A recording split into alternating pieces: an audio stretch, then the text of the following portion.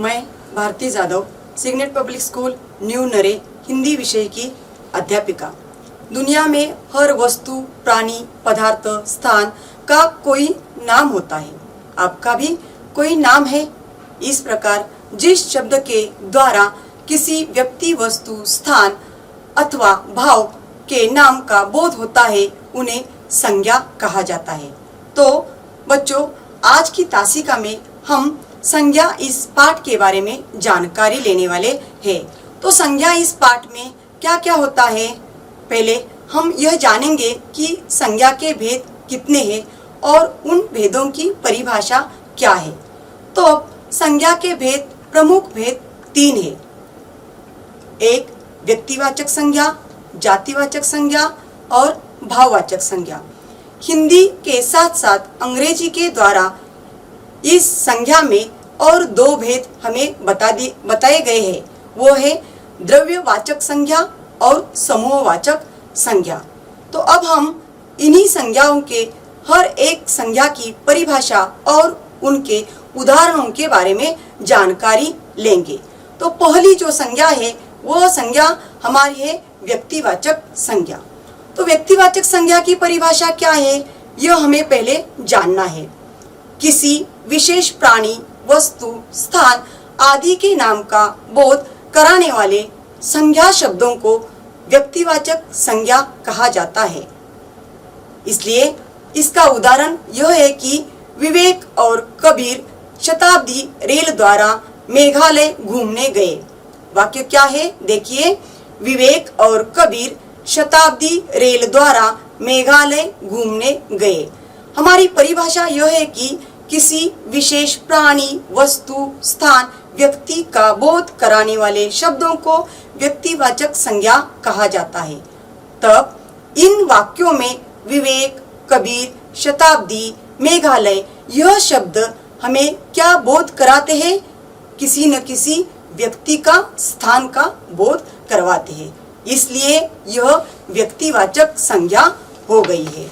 अब दूसरी संज्ञा है वो है जातिवाचक संज्ञा। तो जातिवाचक संज्ञा की परिभाषा क्या है, यह अब हमें जानना चाहिए। जो शब्द किसी प्राणी, वस्तु, स्थान आदि की संपूर्ण जाति का बोध कराते हैं वही जातिवाचक संज्ञा कहलाते हैं। इसलिए हम इसका उदाहरण यह देखेंगे कि बेटा, तुम अपने मित्र के साथ घर चले जाओ। दूसरा वाक्य है, दादाजी क्या पहले पार्क में फुटबॉल खेल लूं? माँ और पिताजी से मैं पूछकर आया हूँ। देखिए, इन वाक्यों में हमें यह समझ में आ जाता है कि जो शब्द है दादाजी, बेटा, पिताजी, माँ, फुटबॉल, यह शब्द क्या है, किसी व्यक्ति से संबोधित नहीं है, लेकिन उन व्यक्तियों के बारे में, उन व्यक्तियों की जाति का बोध करवाते हैं। इसलिए इन शब्दों द्वारा हमें यह समझ में आ जाता है कि यह जातिवाचक संज्ञा है।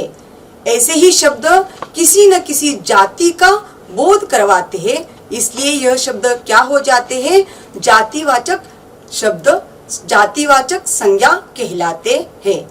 अब तीसरा जो प्रकार है वह भाववाचक संज्ञा। अभी हमें भाववाचक संज्ञा की परिभाषा जाननी है।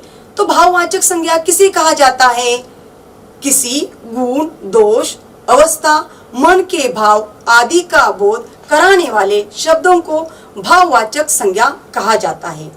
तब यह भाववाचक संज्ञा शब्द हमें क्या जानकारी देते हैं, यह हमें उदाहरणों द्वारा जानना है। इसका उदाहरण यह है कि बुद्धिसेन को उसके माता पिता ने ईमानदारी और सच्चाई की शिक्षा दी। वाक्य क्या है, देखिए फिर से एक बार, बुद्धिसेन को उसके माता पिता ने ईमानदारी और सच्चाई की शिक्षा दी। इस वाक्य में हमें क्या समझ में आता है कि जो शब्द है ईमानदारी, सच्चाई, शिक्षा, यह शब्द हमें क्या दिखाते हैं, किसी न किसी भाव प्रकट करते हैं। जो शब्दों के भाव है, जिन शब्दों द्वारा किसी न किसी भाव प्रकट होता है, उन्हें भाववाचक संज्ञा कहा जाता है। अभी जो हमारी अगली संज्ञा है वो है द्रव्यवाचक संज्ञा। द्रव्यवाचक संज्ञा इसे हम पदार्थवाचक संज्ञा भी कहते हैं। तब इन संज्ञा की परिभाषा क्या है यह हमें जानना है। जिन संज्ञा शब्दों से किसी द्रव्य या पदार्थ का बोध होता है उन्हें द्रव्यवाचक संज्ञा कहा जाता है। तब यह कैसे हम जानेंगे, उसका उदाहरण किस तरह हम समझ सकते हैं। तब इसका उदाहरण यह है कि ज्यादा पानी मत बहाओ। हम किसी को भी कहते हैं, क्या कहते हैं कि ज्यादा पानी मत बहाओ। पीतल के बर्तन बहुत महंगे होते हैं। हमें यह बात मालूम है कि हर एक वस्तु पदार्थ का क्या न कुछ हमें बोध होता है।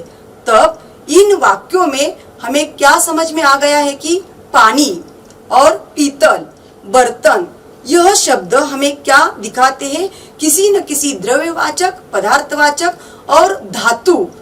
पीतल यह एक धातु का नाम है, यह हमें संबोधित करते हैं। इसलिए यह संज्ञा, द्रव्यवाचक संज्ञा इन शब्दों द्वारा हमें प्रकट होती है।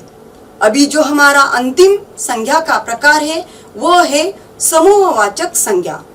तो समूहवाचक संज्ञा में हम क्या जानेंगे, उसके द्वारा हमें कौन सी बात समझ में आ जाएगी, यह हमें जानना चाहिए। जिन संज्ञा शब्दों से एक ही जाति के व्यक्तियों का वस्तुओं के साथ समूह का बोध होता है, इसका मतलब यह है कि समूहवाचक संज्ञा में हमें समूह यह दिखाई देता है। एक के साथ साथ अन्य व्यक्ति, वस्तु का बोध हमें वहाँ दिखाई देता है। इसलिए यह समूहवाचक संज्ञा हमें दिखाई देती है, हमें समझ में आ जाती है। तो इसके उदाहरण हम किस तरह देख सकते हैं। इसका उदाहरण यह है कि रास्ते में बहुत भीड़ थी। रास्ते में क्या थी, बहुत भीड़ थी।